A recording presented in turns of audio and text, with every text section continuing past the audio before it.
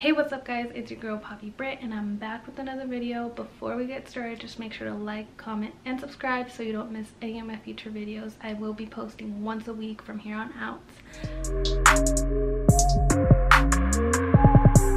Today I wanted to share with you guys my immigration story, which is a story that not a lot of people know and a story that I don't usually tell. I grew up being told it was something to be ashamed of and something that you don't talk about, so that's basically what I did. But I'm finally at a point in my life where I'm extremely proud of who I am and where I come from, and have began to understand how important it is to tell these stories, because not only do they just simply matter, I want to make sure that other people feel seen, and honestly we should all just be proud of our stories regardless of what it is. I also wanted to share my story in celebration of DACA and the fact that we are allowed to continue having DACA and renewing our permits, which is huge for me. DACA is a huge part of my identity, and so I wanted to celebrate the fact that we get to continue having it. Basically, I'm gonna start from the beginning.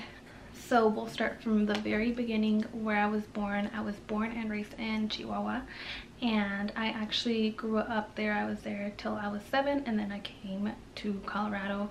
So that's why I also hate being asked where I'm from, because I never know what to answer. Like, do you want the short answer and I'll just say I'm from Colorado, or do you want the long answer and say I was born and raised in Mexico but I came here when I was 7 and I've been in Colorado ever since? I never know what to really answer. So that's where I'm from, that's where I was raised, that's where I was born, and I came here when I was 7, like I said. And the reason we came here was actually because my grandpa got a tumor in Mexico and needed to come here to get better treatment, and he ended up passing away. My dad was working here at the time, and so it only made sense for us to come here as well, since the only people that we really had there were my grandparents, and they had just moved here. My dad was here, so there was really no point in us staying there. And my grandpa actually ended up passing away a few weeks after we came here, so it was right around the time that school was also starting. So my parents just decided it was best for us to just stay here, since my grandpa wasn't going to be with us in Mexico anymore. My grandma decided to stay here so she wouldn't be alone, and so we decided to stay here. What a lot of people don't know is that we came here with a visa, as many people who are undocumented do. I think that's one of the things that a lot of people don't know, is that most people who come to the United States who are undocumented actually come here, or a lot of them come here with a visa, so they come here legally. It just happens that we stayed here past when our visa was due, and that basically turned us into being undocumented. But I did come here legally, so for everybody that hates on me and says, or I'm sure there will be at least one like racist person that comes across like this video and will tell me something about how I should have came here legally or whatever. Bitch, I did. The only thing is that we overstayed our visa and it ended up being undocumented. And growing up, I didn't really know that I was undocumented. I didn't really know what it meant, but I did know what it meant to not be from here.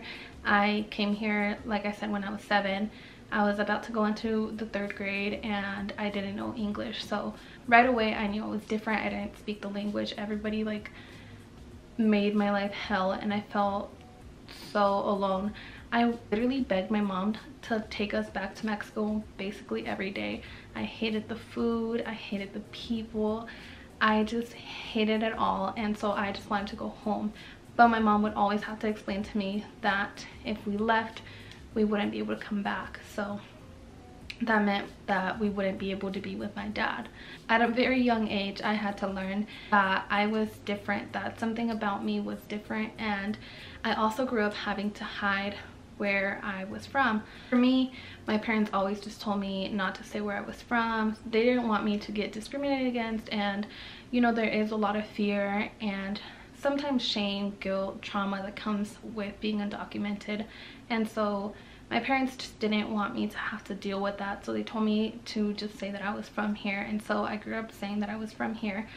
Growing up, I began to slowly realize like what it truly meant to be undocumented.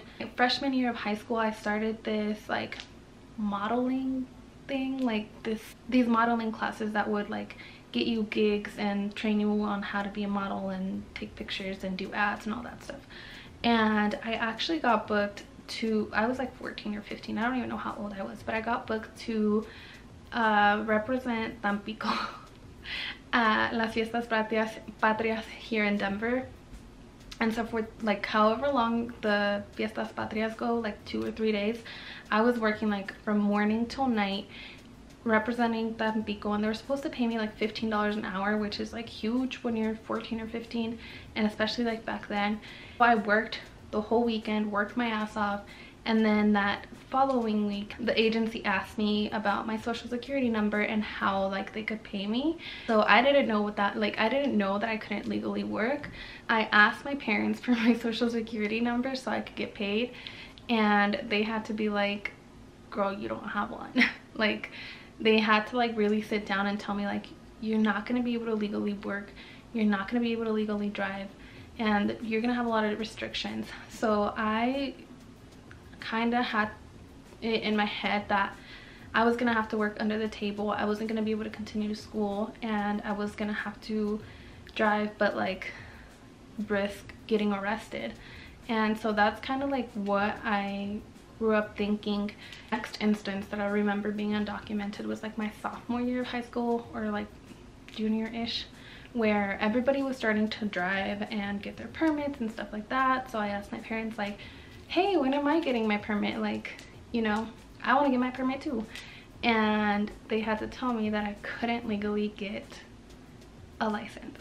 And so, you know, all of my friends were driving and stuff, and I was just like, can't do that. But thankfully at that time, you know, we finally got DACA, which gives you a work permit, a license, and a social security number. So I was able to get my license. I then went on to like get my CNA license so I could work as a CNA. I was in a bunch of AP classes and advanced classes and dual credit, and I was going to community college, and I was working 2 jobs at that time. And then my senior year we started applying for colleges, and I soon realized that I couldn't get FAFSA. Not only that, I couldn't apply to like 99% of the scholarships that I saw because you have to be a citizen or a resident. So even though I had busted my ass and gotten all of these credits, and I had gotten accepted to my dream school and 9 other schools on top of that, I wasn't going to be able to go. Thankfully, I found CSU, and I was able to attend there because they gave financial aid for undocumented students and allowed us to have in-state tuition, so it made it possible for me to go to college there.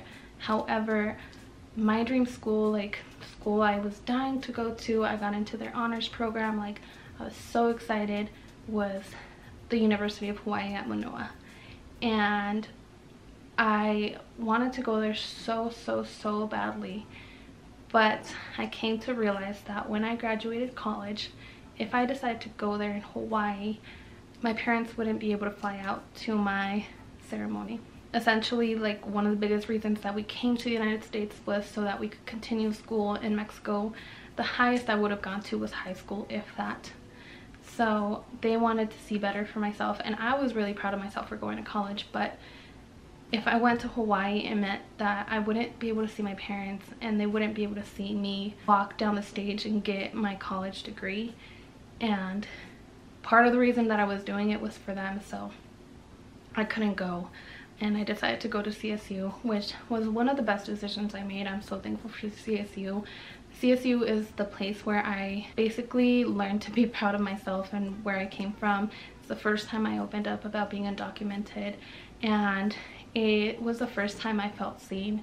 I came out as undocumented and I was completely supported.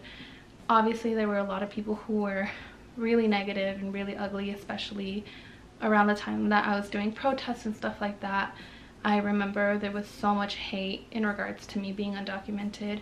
There were community members calling the school, telling them that I should be deported and that I shouldn't be at that school, and that tax dollars were being wasted on me. There were people threatening to call ICE on me and my family.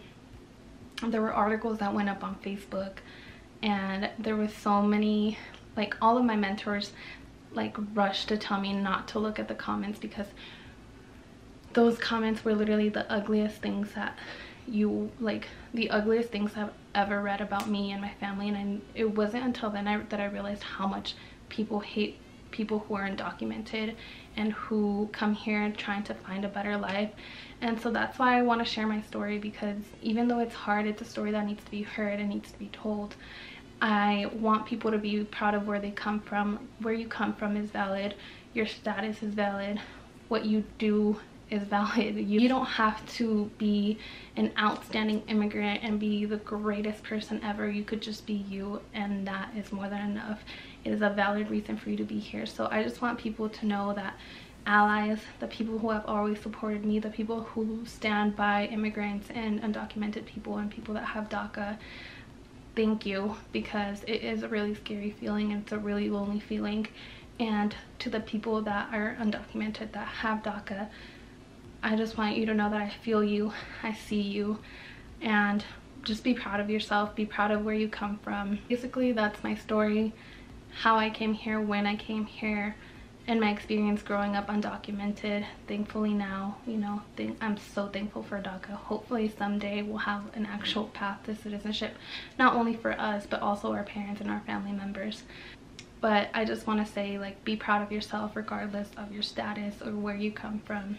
And on that note, I talked about how stressful and scary and traumatic this experience can be, and a lot of Black people and people of color experience this fear and trauma basically every day. And so I really wanted to plug a really awesome mental and physical health resource that I just came across. It is a mental and physical wellness studio owned by a Black woman called Urban Sanctuary. At the moment, they are offering free in-person and online sessions for people of color. They are, like I said, this studio is owned by a Black woman, and all of the classes are taught by women of color. So I would highly, highly, highly, highly recommend it. Like I said, it's free sessions for people of color, and on top of that, it's only $65 a month, which I think is pretty amazing. And on top of that, you're supporting Black-owned business. So go check it out on Instagram. They also have an app, Urban Sanctuary of Denver. Highly, highly, highly, highly recommend. But if you stayed through all of this video, thank you so much for watching. Like I said, make sure to like, comment, and subscribe, and let me know what other videos you want to see from me, because I'm always happy to take any recommendations. We'll see you next time.